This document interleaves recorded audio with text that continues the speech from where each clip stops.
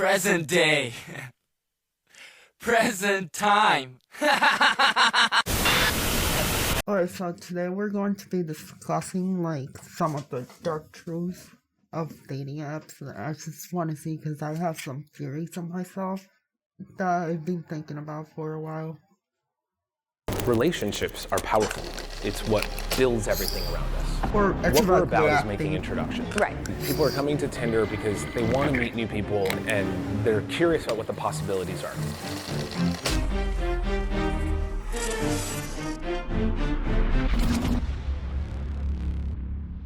You might think that Tinder is designed to help you meet people, find love, find the one. No.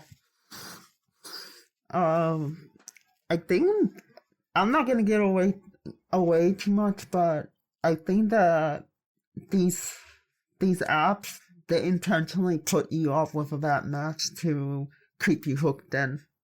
I never thought that it was a good thing.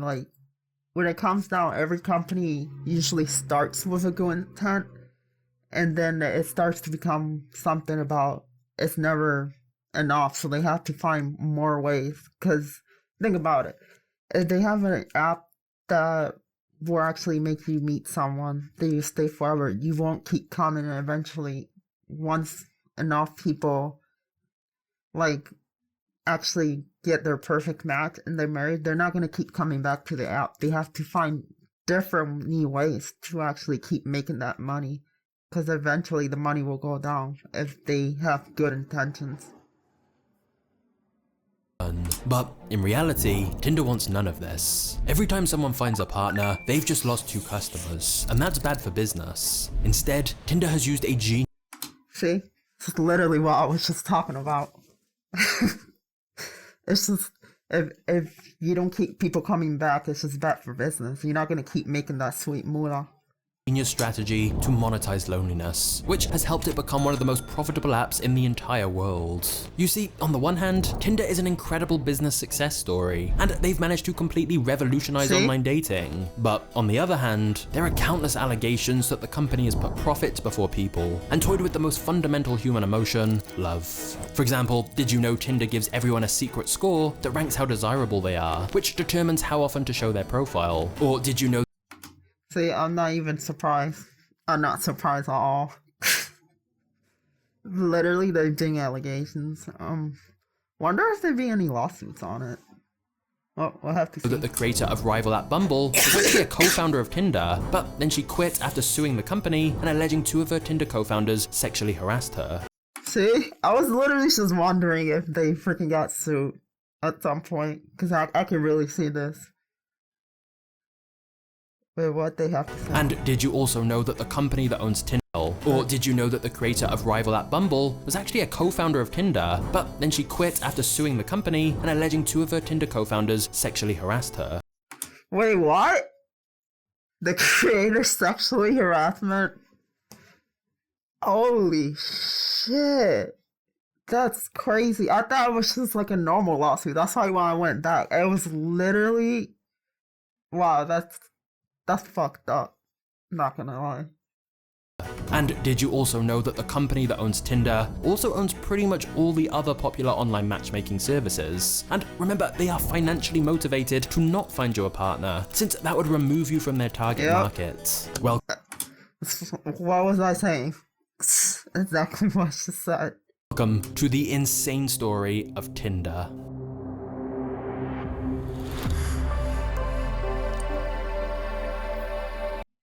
Let me check at the quality.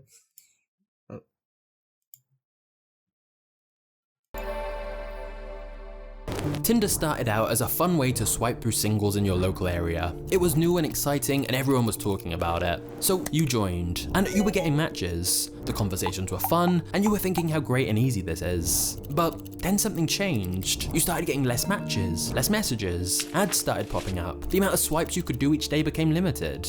Once an app designed to help you meet new people now seemed like an app designed to help you spend more money. The excitement was gone. You were rarely meeting people anymore. Were you doing something wrong? Then you saw an ad for Tinder Gold. It promised to boost your profile and show you the people that were interested in you. You thought, that's what I need. This will get me back to the dates, the fun, the memories. You took out your card and made Yeah, that's when you know when I get that a company has to make money because that's how the world begins. But once you start using an app that was great and you start seeing all ads and stuff, that's usually a bad sign that the app is gonna turn more of a money thing. But I mean, they gotta do what they gotta do for money, but at the same time, there's certain lines you shouldn't really cross.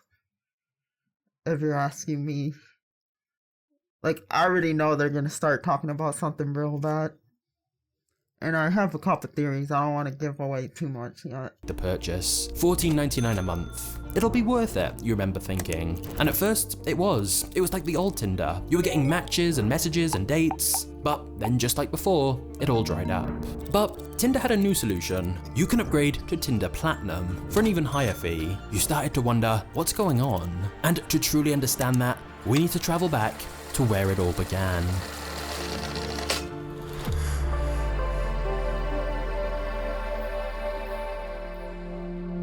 Sean Rad had been studying business at university, but at 18, he realized he was tired of learning about business in class and wanted to create. I've known a lot of people that gone to business school. A lot of them drop out. They say it's really freaking hard when it comes to business school. And even if you pass, it's like, I feel like a lot of people go to school and they think they're gonna teach you how to do the job, but most of the time they don't really exactly, they give you like a start point, but they don't actually teach you that. You're gonna kind of do that on your own. I think when you go to school, you shouldn't rely on school with the mindset, oh, I'm gonna go here and I'm gonna make all this money. Yeah, that's part of the reason. That's one reason, but you can't make that the whole reason, because a lot of the things it's on your own. It's like a stepping stone. Like you learn, they kind of paint the path for you, but then the rest is on you. If you're trying to learn, then think about it like this. Like if you're just going in to learn something, then I think that there's value in that. But a lot of people freaking complain about, oh, I'm not making money, blah, blah, blah. I spent all that money. That's not, I don't think that's the point. It's just to educate you. It's up to you to decide what to do with it. A lot of people have dropped out and being successful because they get the core idea. But again, I'm not telling anyone to drop out. Usually the people that drop out are really smart. They know what they're doing. Create something. He enlisted the help of some friends studying computer science and proposed to them an idea for an all-in-one tool for messaging and video chat. Oh boy, computer science. Actually, that was a smart move. Which they called Orgu. However, after months of work, Sean's first business was not a big success at all. But it did do one thing. It made Sean realize that with a little help, he could create almost anything. So Sean began brainstorming more ideas. See, this is what I was saying. It's on you. And together with his college friend Justin Mateen, they came up with the idea of a flirting app loosely based on the concept of Hot or Not. And in February 2012, after getting a Hot or Not. So I swear they had to be one of those frat boys. That sounded like something a frat boy would say. a software engineer called Joe Manoz on board, the three of them worked tirelessly for 3 weeks to create a prototype of their idea. The app originally had a thumbs up or down layout, but after showing the prototype to some friends, they realized it would be even better to try and gamify the app as much as possible, which led them to introducing the infamous swipe feature instead, as a way to quickly say yes or no to a potential match. They also originally called the app Matchbox, and the reason they changed the name is really interesting. You see, Sean and his friends had developed the app during a hackathon, which is basically an event that brings computer programmers together to work and collaborate on projects. But this particular one was hosted by Hatch Labs, a startup incubator owned by a giant conglomerate called IAC. And what's interesting is that IAC owned the Match Group, a company which has a majority stake in Match.com, Plenty of Fish, OkCupid, Our Time, and pretty much all of the other most popular dating sites. OkCupid is such a stupid app. I'm sorry, I just have to say that. I don't know who the... Actually, I'm gonna take that back, because I met my fiance on there. But I didn't think not of it.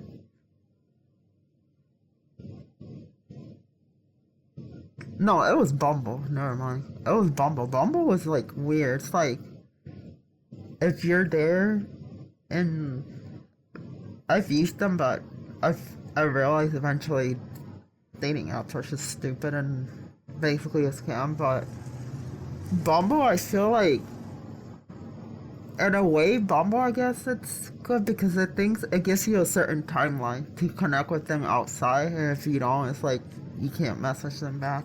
They come off. So it's made in a way that if the person is actually interested, you know, that's when you could keep messaging back and forth. But if they're not, they just remove them automatically. So in a way, it's kind of like not to waste your time. They have a near monopoly on online dating, so it wasn't that surprising that after the hackathon, they invested in Matchbox. Except the name Matchbox was a little too similar to their dating app, Match.com, so the name got switched to Tinder. In an article about Sean Rad written in Bloomberg Businessweek, they commented that he was awfully evasive when talking about Tinder's relationship with IAC, and they had to ask him about it over and over again before he finally acknowledged that IAC was not just an investor, but the company's majority owner. Huh, I wonder what's under there that you don't want to talk about. I don't know, maybe he has a girl. Of course, at the time, nobody had any idea that very soon, Tinder would become one of the most profitable apps in the entire world.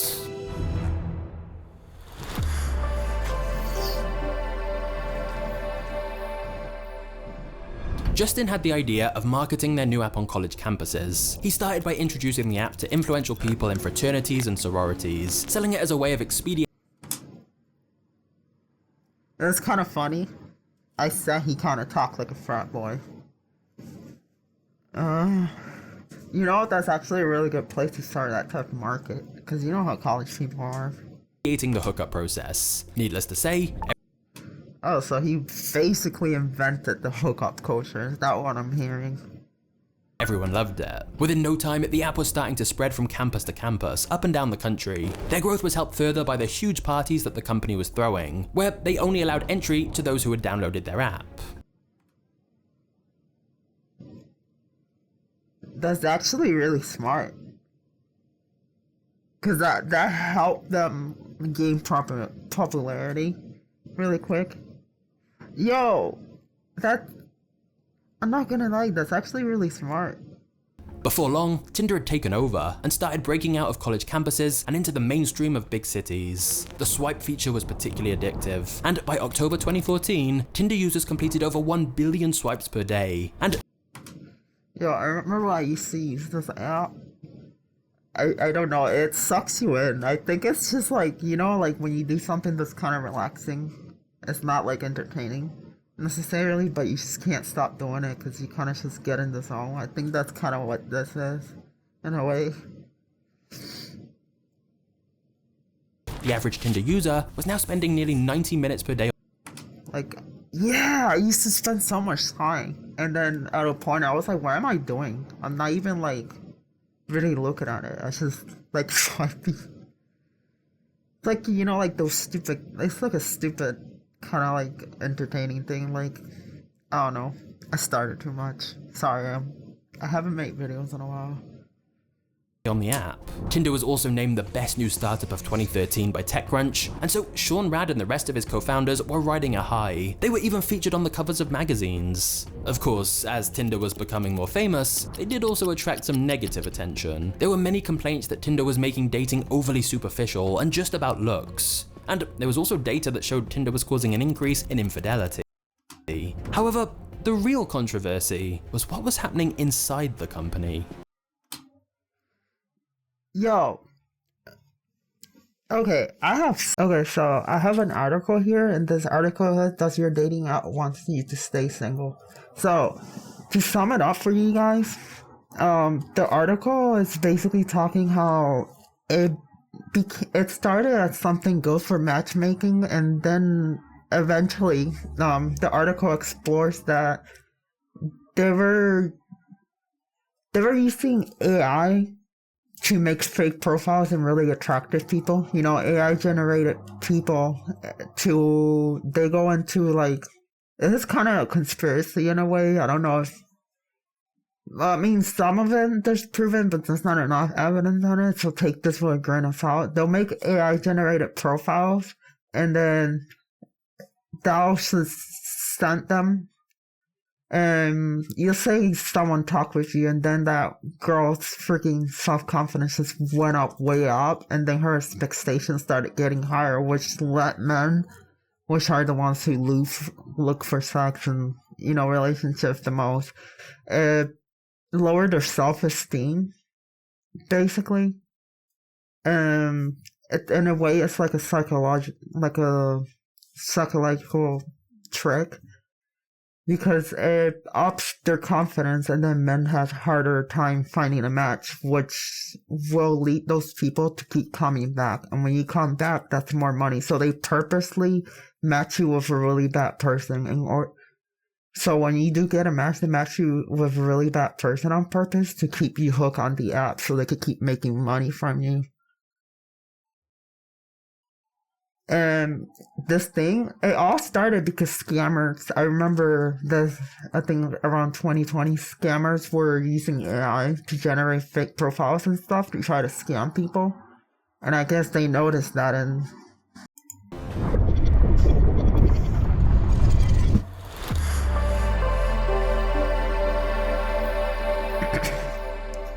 in 2014, Whitney Wolf, an early co-founder of the company, filed a sexual harassment charge against Tinder, claiming yeah, I was wondering more about that. that Justin Mateen, her ex-boyfriend and Tinder co-founder, had sent her threatening and abusive text messages, and that the Tinder culture was misogynistic, and she'd been stripped of her co-founder status because Oh wow, I'm so shocked. Well, sarcastic, obviously. Wow, so shocked that the freaking the app that's known for having abusive and crazy people on their app is literally made by people like them. Weren't there some allegations that Tinder actually allows sex offenders in the app? I don't know, that's not a really good look. Sheesh. she was a girl. It's nice to see people paying attention and awareness to these type of stuff. The accusations caused a huge divide on the Tinder board, segregating staff into two sides, threatening to bring the whole company down with it. Eventually, a settlement was reached for around $1 million, although no wrongdoing was admitted by anyone involved. I feel like $1 million, especially in a company, is not that much, especially considering what she went through. And none of them even admitted that none of them were freaking embossed. That's even more concerning. I'd rather have someone bring to social justice if I was her in her place than getting the money. That's disgusting, to be honest. But here's the real plot twist. After quitting the company, Whitney then went on to found Bumble, a direct competitor of Tinder, with a very similar concept and Bumble is not that bad, right? That's the one that does the time thing, right? design. The two companies would go head-to-head in multiple court battles for years to come. This would include a lawsuit alleging Bumble was guilty of patent infringement and stealing trade secrets from Tinder. Wait, what? For stealing an idea? I don't know, that's kind of stupid. Doesn't social media do that all the time? Then in December 2016, a guy called Greg Blatt took over as Tinder CEO. But in yet another twist, Greg was later removed as CEO after he was accused of sexual harassment by a different former vice president. Again? What the fuck is going on in Tinder? It's like freaking Blizzard. It's non-stop. Unless Blizzard corrected themselves. That we know. President at Tinder, although he later filed a defamation suit. Sheesh. Are they trying to speedrun bankruptcy or to get canceled? Holy shit. Just why? Against his accuser. Unless they remove them, but I think it's still happening. Even if they remove it and they say everything is fixed, it still has to be happening, because once that's the foundation of how, I feel like they're just gonna keep bringing those type of people around. saying the whole thing was a smear campaign against him. So the truth behind all of this the classic fake news is still a little unclear. But either way, it's not a good look for a dating app to have 2 executives removed because of sexual harassment claims. Not just that, but Tinder has openly admitted that there are definitely registered sex offenders. Yo, I was just saying that earlier. I was like, yeah. They admitted to it, definitely registered. Okay, Tinder says there's definitely a register of sex offender or free products. Highly popular free dating apps owned by Match Group, including Tinder, OkCupid, Plenty of Fish, do not have clear policies of screening practices prevents registered sex offenders from setting up.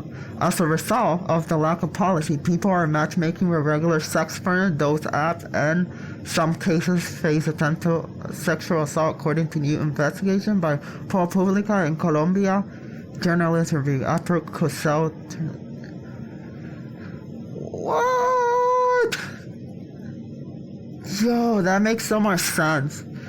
You know, I know this is kind of off topic, but this one time I matchmake with a neo-Nazi, and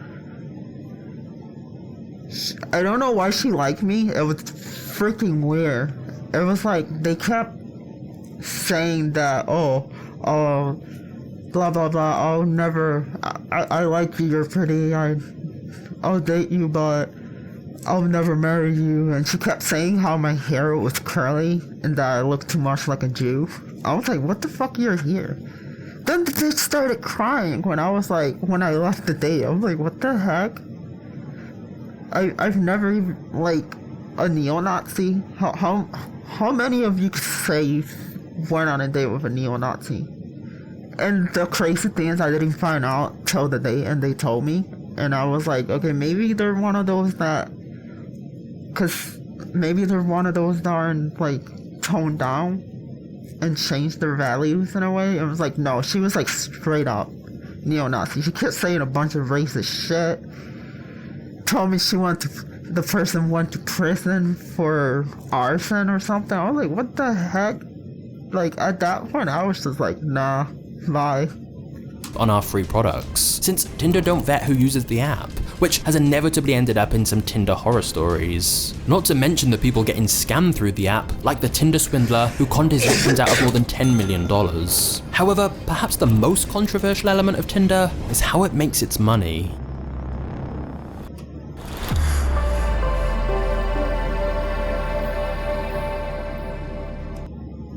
I'll pause it for a little bit. Tinder was quickly becoming the fastest growing social media app on the App Store and the most popular dating platform in the US. But that meant investors were starting to demand a return on their investment, and so the founders started to look to cash in on their new user base. In 2015, the first premium subscription service was released, Tinder Plus. I remember when this happened. You know what's kind of messed up about that is that the pay option, they gave you that matchmaking in the normal one, but when you go plus, they give you more matchmaking. They just give you matchmaking with more attractive people who are still crazy and messed up, and you're still gonna end up coming back. So it doesn't matter if you pay for premium or not, you're still gonna end up coming back. Plus, the company hoped that it would be enough to bring in some revenue and finally make the platform profitable. The 2 new features that the service launched with were Passport and Rewind. Passport allowed users to change their location to find matches with people from anywhere in the world, and Rewind was a feature that gave a Why? I think those type of people that travel, that's not a good thing. Like, if you guys watch that show, I forgot the name of it, you know, with Big Ed, like, that usually doesn't end up good. User the option to bring back a profile previously swiped left on. However, they knew that these new features alone might not be enough to get customers to part. I feel like the international passport thing makes it easier for scammers. It's like they want to help them. Oh, when you think about it, scammers do bring more revenue to them, even though they're scamming people, but that's not a good thing. It's not a good public look for you as a company. With their money. So they began making their free version of the app worse to encourage people to pay. For example, they limited the number of free right swipes that someone could do in a 12-hour period, and see, that's what I was talking about. They also started to place ads in between profiles.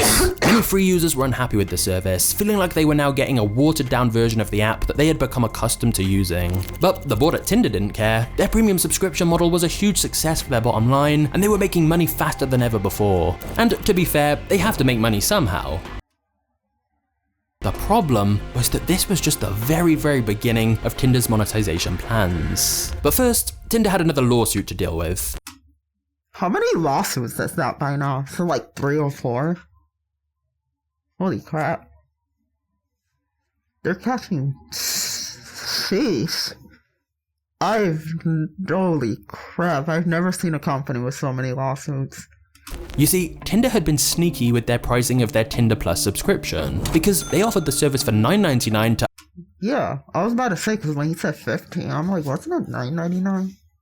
So they basically probably went up or added a new tier. To under 28s and $19.99 to over 28s. An age discrimination lawsuit in the state of California would... Age discrimination lawsuit in the state of California? What does that even mean? Would later be filed, and Tinder would be forced to pay millions of dollars in compensation. Despite this, in other places where they hadn't been sued, Tinder continued to discriminate with their pricing. Research found that an older straight male could pay $34.37 for Tinder Plus. What? The result found that those aged over 30 and looking to find love were charged nearly double what the user for $14.99 and $34 instead of $6.99 and $6. Were they calling people hags? Meanwhile, current people under 30 living in metro areas are charged the least with fees costing $6.99 a month. Oh, so that's basically saying, oh, we don't want to get canceled for being vague or something. They were charging older people more. Yo, that's kind of messed up. That's like calling them a hag or like telling them get out of here, we don't like old people.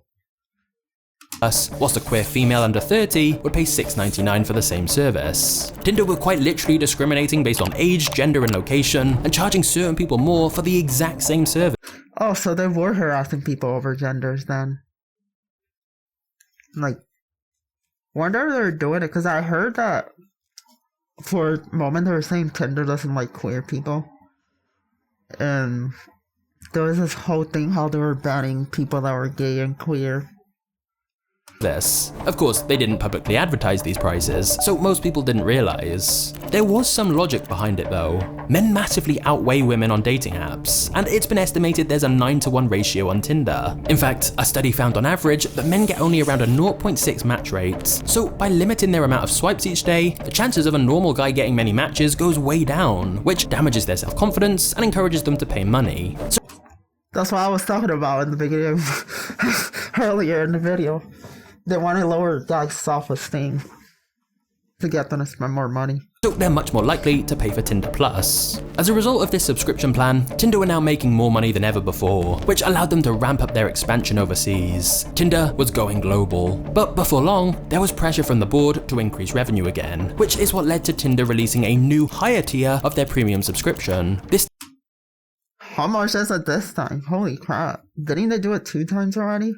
Time called Tinder Gold. For an extra $5 a month, or $10 extra if you're over 30, you'd be able to see the profiles that were swiping right on you and get one free profile boost per month. Now, profile boosting was something that was introduced to allow you to pay to put yourself at the front of the queue, increasing your chances of getting matched. It was pay to win? Is that what I'm hearing? It was around this time that free users started to report they were seeing a significant dip in interactions, but more on that later. The extra features and higher price point would mean that Tinder was now becoming not just one of the most popular apps on the App Store, but one of the most profitable too. Tinder ignored the ever-growing community of loyal fans that were complaining the app was turning its back on its very users that had made the app so successful. And instead, Tinder released a third, even more premium subscription tier, this time for $19.99 per month, or more if you're over 30 of course. Who will pay $40 if you're over 30? Why? And for this, you could be the lucky holder of a Tinder Platinum I feel like that's another lawsuit right there. subscription. This allowed you the ability to message people before even matching with them, thus I could see that really problematic.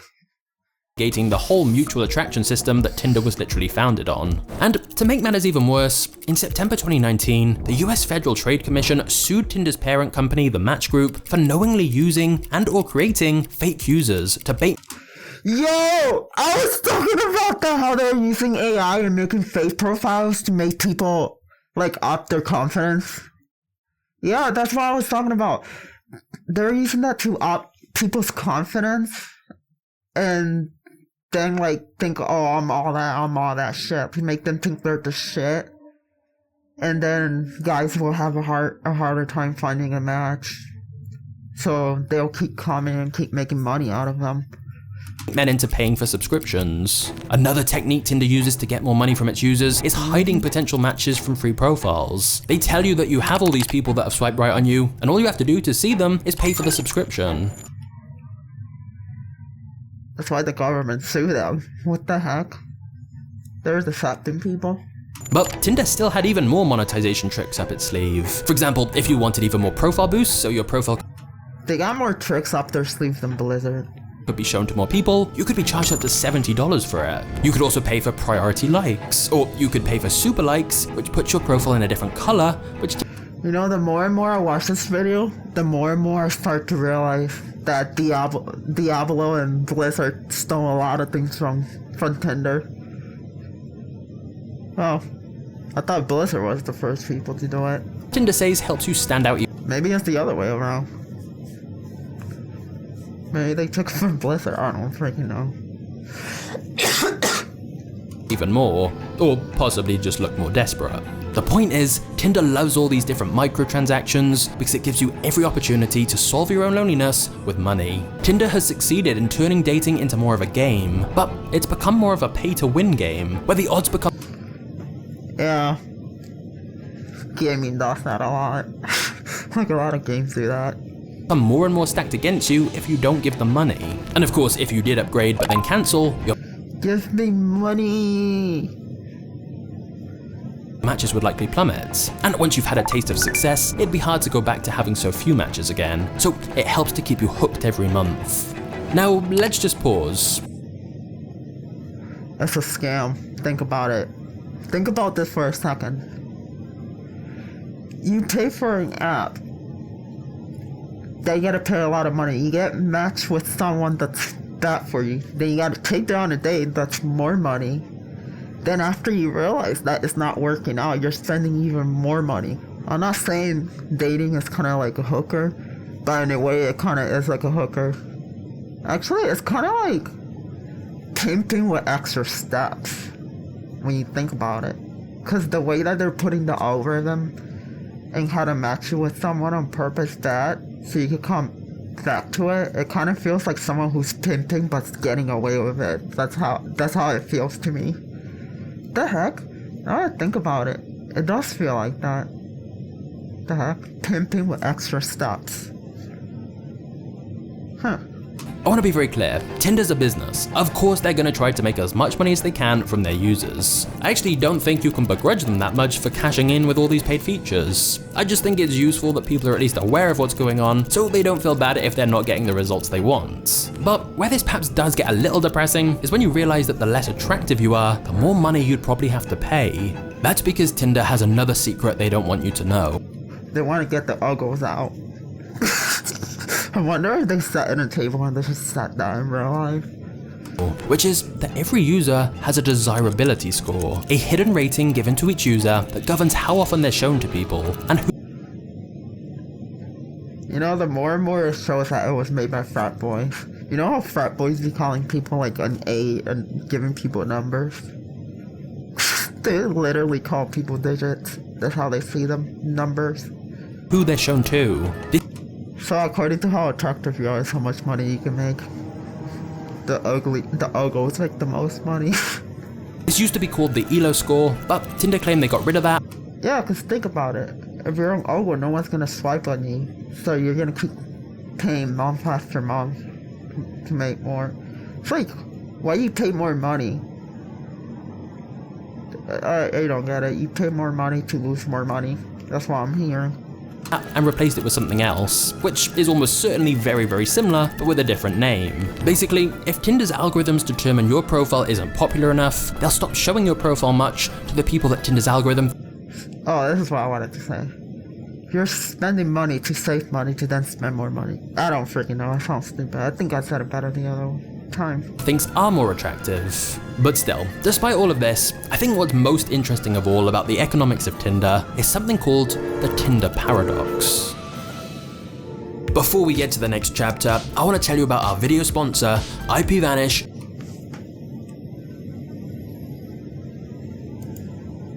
From your IP address. Unless I want to tell you about our video sponsor, IPVanish VPN. Now, by this point, you're probably very aware. Unless the virtual private connections, IPVanish is IPVanish is 65%. I don't care about ads. It's clear that every app on the App Store is trying to make you spend as much time on it as possible, and some apps even use artificial intelligence to predict exactly what to show you to stop you from logging off. For here we go again, TikTok. example, an app like TikTok keeps you engaged by learning more and more about you, so it can show you more tailored videos that it knows you'll want to see. However, the problem for Tinder is that the better the app is at matching you to someone, the less money they'll make. I was talking about that.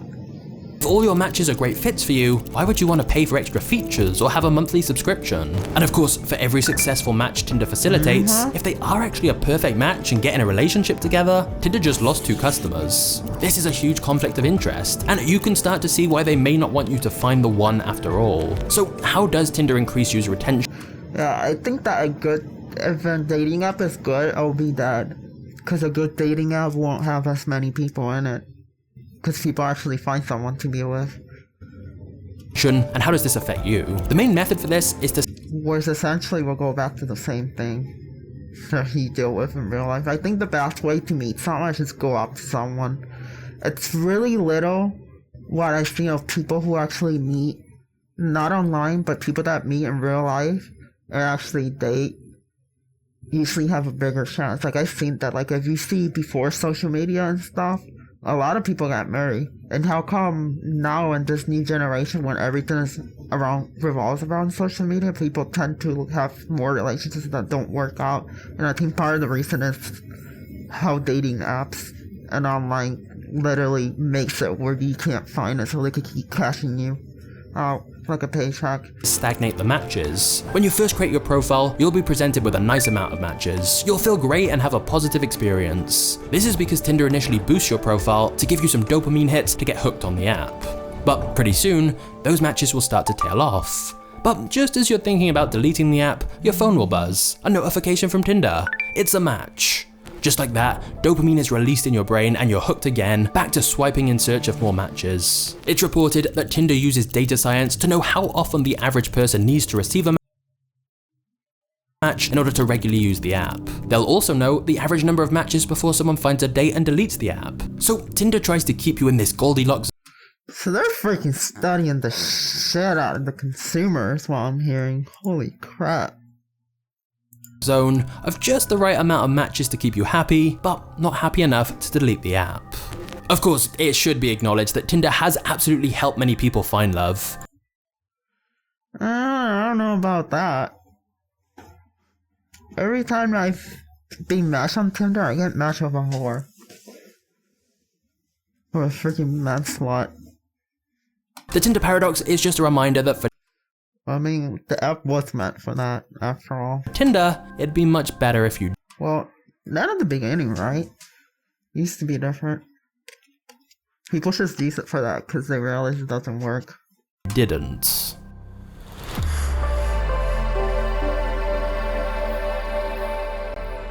In August 2018, co-founders Sean Rad and Justin Martin, along with several other former Tinder executives, filed a lawsuit against Tinder's parent companies, Match Group and IAC. They said, through deception, bullying and outright lies, IAC and Match had stole billions of dollars from the Tinder employees by cooking the books to Wait, what?